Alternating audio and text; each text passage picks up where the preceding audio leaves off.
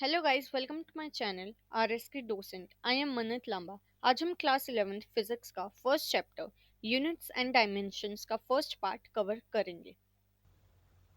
Now let's start. अब सबसे पहले मैंने ना इस चैप्टर में हमने कुछ टॉपिक्स को डिवाइड कर दिया है। इस चैप्टर को कुछ टॉपिक्स में और कुछ सब टॉपिक्स में डिवाइड कर दिया है फॉर बेटर अंडरस्टैंडिंग।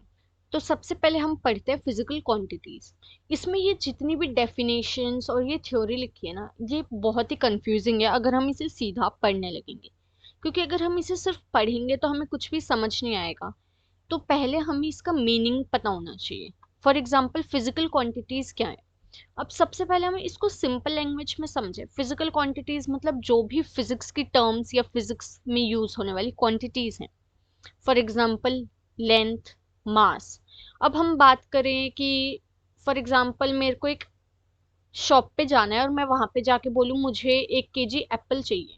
अब मैंने वेट बताया और क्वांटिटी बताई कि मेरे को 1 केजी एप्पल चाहिए, तो 1 केजी एक तरह से एक फिजिकल यूनिट हो गई मास की। राइट, क्योंकि मैंने मास बताया कि मुझे 1 केजी एप्पल चाहिए।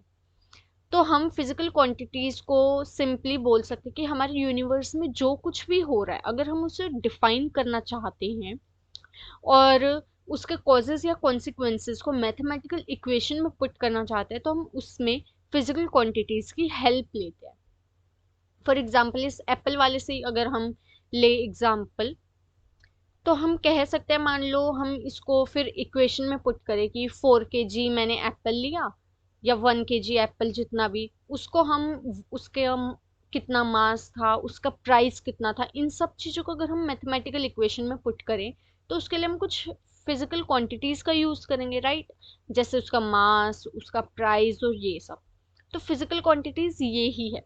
जो फिजिकल क्वांटिटीज होती है वो मेजरेबल होती हैं, यानी कि उनमें magnitude as well as unit का यूज होता है। अब फिजिकल क्वांटिटीज हमें कोई भी किसी भी फिजिकल क्वांटिटी को मेजर करना है, नापना है, तो हम उसको मैग्नीट्यूड एंड यूनिट की हेल्प से मेजर कर सकते हैं। For example mass of a stone. जो स्टोन है उसका मास कितना है हमें ये पता करना है, तो सबसे पहले स्टोन का जो मास है वो एक फिजिकल क्वांटिटी हो गई। राइट। अब मैं बोलूँ कि हमारा जो स्टोन है उसका मास है 4 केजी। अब इसमें जो 4 है वो है नंबर या फिर मैग्नीट्यूड। राइट, 4 तो एक सिंपल सा नंबर है, या फिर हम इसको मैग्नीट्यूड भी कह सकते हैं। वहीं जो केजी है वो है हमारी यूनिट। अब मैं शॉप पे जाके बोलूँ कि मुझे 4 एप्पल, मुझे 4 दे दो, या मुझे एप्पल दे दो, कितने एप्पल, मैं बोलूँ 4। तो उसमें हमें मेजर करते हैं हम एप्पल को केजी में, ग्राम में। राइट। अब मैं बोलूँ मुझे 4 ग्राम एप्पल दे दो, 4 केजी एप्पल दे दो, 400 ग्राम एप्पल दे दो। तो वो एक हमें किसी भी एक फिजिकल यूनिट को मेजर करने के लिए ना हमें magnitude as well as unit दोनों की ज़रूरत होती है। हम सिर्फ यूनिट से भी काम नहीं चला सकते। जैसे मैं कहूँ मुझे केजी एप्पल, कितने केजी, 1 2 3 4। राइट। तो हमें किसी भी एक फिजिकल क्वांटिटी को मेजर करना है तो उसमें हम नंबर या फिर मैग्नीट्यूड इनटू यूनिट, इन दोनों का यूज करते हैं। जो फिजिकल क्वांटिटीज है वो इनफाइनाइट है, यानी कि अभी तक हमने इतनी डिस्कवर भी नहीं की है फिजिकल क्वांटिटीज। क्योंकि हम देख रहे हैं कि जैसे जैसे साइंटिस्ट, मैथमेटिशियंस और ये सब डिस्कवरी करते जा रहे हैं। राइट, जितनी ज़्यादा डिस्कवरी होती जाएगी, जितनी ज़्यादा टेक्नोलॉजी बढ़ती जाएगी, एजुकेशन फर्दर डिस्कवर होती जाएगी, उतनी ज़्यादा फिजिकल क्वांटिटीज भी डिस्कवर या डिराइव होती रहेंगी। इसका मतलब हमारी जो फिजिकल क्वांटिटीज है वो इनफाइनाइट है। इसका ये नहीं है कि हमने infinite number of physical quantities को अब तक पता कर लिया, नहीं, हमने बहुत ही कम फिजिकल क्वांटिटीज को अब तक डिराइव किया है, या पता है हमें कि इतनी फिजिकल क्वांटिटीज हैं, जिसमें से अभी कई सारी फिजिकल क्वांटिटीज, इनफाइनाइट नंबर तो अभी तक हमने देखी भी नहीं है, डिराइव भी नहीं है। अब value of physical quantity equals to magnitude into unit, ये हमने पहले पढ़ लिया। अब एक ये पॉइंट दे रखा है, ये इम्पोर्टेंट और बहुत ही सिंपल पॉइंट है, लेकिन अगर हम इसको थ्योरी में पढ़ेंगे, ऐसे आप पढ़ के देख सकते हैं, तो हमें कुछ भी समझ नहीं आएगा। आने को आ भी सकता है अगर आपने पहले से पढ़ा हुआ है, लेकिन अगर नहीं पढ़ा है तो उसके लिए हम इसको एग्जाम्पल की हेल्प से समझते हैं। जो हम एग्जाम्पल में देखेंगे वही सेम चीज यहाँ पे लिखी है। जैसे हम देखते हैं 1.5 आवर इक्वल्स टू 90 मिनट, हमें पता है 1 hour equals to 60 minute, so 1.5 hour equals to 90 minute, basic है। अब हम देखते हैं ये सेम है। अब मैं किसी को बोलूँ 1.5 आवर स्टडी की मैंने, या मैं किसी को बोलूँ मैंने 90 मिनट स्टडी की, बात तो एक ही है। अब जो लेकिन हम इसको इज इक्वल टू में कर रखे, सेम ही यूनिट है लेकिन इनके अगर मतलब सेम ही फिजिकल क्वांटिटीज है, लेकिन हम इनका मैग्नीट्यूड और इनकी यूनिट अगर आपस में चेक करें तो वो डिफरेंट है। जैसे इसकी जो यूनिट है आर और इसकी जो मिनट है वो दोनों डिफरेंट है। आर से जब हम मिनट में गए तो हम डिक्रीज की, हमने जो यूनिट है उसका साइज डिक्रीज हो गया। पहले जो यूनिट थी वो आर बड़ी थी, उसके बाद हमें पता है 1 आवर में 60 मिनट्स होते हैं, उसके बाद हम मिनट्स में पहुंच गए, इट मीन्स हम 60 से डिक्रीज कर गए, राइट। ऐसी मैग्नीट्यूड, अगर हम मैग्नीट्यूड की बात करें 1.5 जो था वो स्मॉल था, वही 90 बड़ा हो गया। इससे हमें ये पता चलता है कि अगर हम जो यूनिट है उसको डिक्रीज कर देंगे तो जो मैग्नीट्यूड है ना वो इंक्रीज कर जाएगा यहाँ पे। मतलब यहाँ पे हमारे पास जो मैग्नीट्यूड है वो स्मॉल है, 1.5 90 से स्मॉल है, लेकिन जो यूनिट है दैट इज आर वो मिनट से बड़ी है। तो इसका मतलब हम इसको अब इसकी मदद से समझते हैं that if physical quantity being measured is same, यानी कि हमने मेजर किया कि एक राम नाम का लड़का है उसने 1.5 आवर स्टडी की, वहीं शाम बोलता है कि मैंने तो 90 मिनट स्टडी की। दोनों जो फिजिकल क्वांटिटी है वो मेजर्ड की गई तो दोनों ही सेम निकली, लेकिन द मैग्नीट्यूड, अगर हमारा जो मैग्नीट्यूड है वो बढ़ रहा है यानी कि 1.5 से 90 हो गया तो हमारी जो यूनिट है वो कम हो रही है, या हम कह सकते हैं अगर यूनिट कम हो रही है तो मैग्नीट्यूड बढ़ रहा है। वहीं अगर हमारी जो यूनिट है वो इंक्रीज हो जाएगी, यानी कि अगर मैं 90 मिनट से इधर की तरफ जाऊं, दैट इज मिनट से आर में यूनिट बढ़ रही है, तो जो हमारा मैग्नीट्यूड है वो कम हो जाएगा यहाँ पे।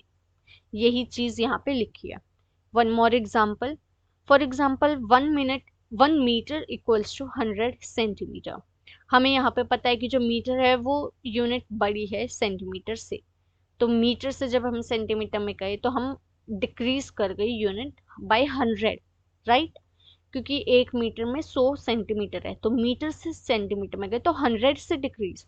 वहीं 1 से जब हम 100 में गए तो वो 100 से डिक्रीज कर गई।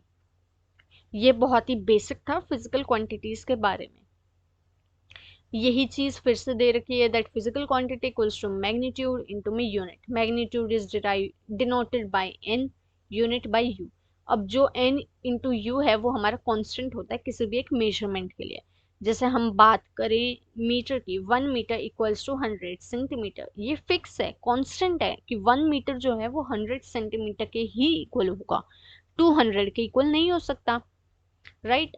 अब इसके बाद हमारे पास ये कुछ इंपॉर्टेंट प्रीफिक्सेस आ जाते हैं, जैसे हमने पढ़ा होगा वंस, मीटर, सेंटीमीटर, राइट। तो यही प्रीफिक्सेस कैसे यूज करने हैं, अभी हमें इनकी वैल्यूज पता होनी चाहिए, आगे जैसे जैसे हम आगे वाले फर्दर चैप्टर्स पढ़ेंगे हम इनको यूज करना भी सीख जाएंगे।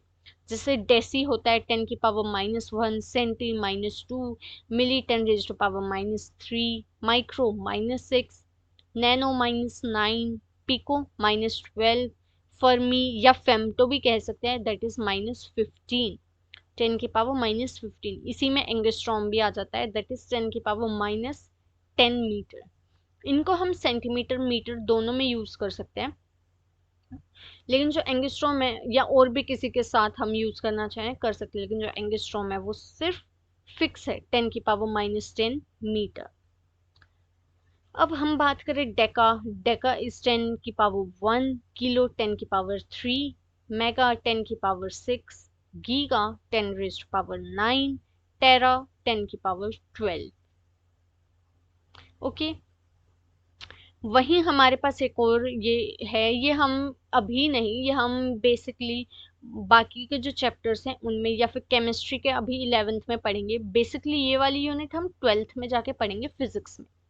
That is 1 electron volt equals to 1.6 into 10 raised to power -19। For example कहीं पे भी हमारे पास यूनिट लिखी है कि मेरे पास 7 इलेक्ट्रॉन वोल्ट है, राइट, यहाँ पे 7 इलेक्ट्रॉन वोल्ट है, तो मैं 7 तो ऐसे कैसे रहेगा, इलेक्ट्रॉन वोल्ट की जगह मैं 1.6 इंटू 10 की पावर -19 लिख दूंगी। तो जो हमारे पास 7 इलेक्ट्रॉन वोल्ट था वो 7 इंटू, वो हमने 1 इलेक्ट्रॉन वोल्ट की जगह इस वैल्यू को पुट कर देना है, तो 7 इंटू 1.6 इंटू 10 की पावर -19 जूल, हमारे पास वो जूल में आ जाएगी एनर्जी। तो ये था हमारा फर्स्ट पार्ट, जिसमें हमने फिजिकल क्वांटिटीज और कुछ इंपॉर्टेंट प्रीफिक्सेस वाले टॉपिक को कवर किया। नेक्स्ट जो टॉपिक है वो हम नेक्स्ट पार्ट में कवर करेंगे। I hope you understand well. Thank you.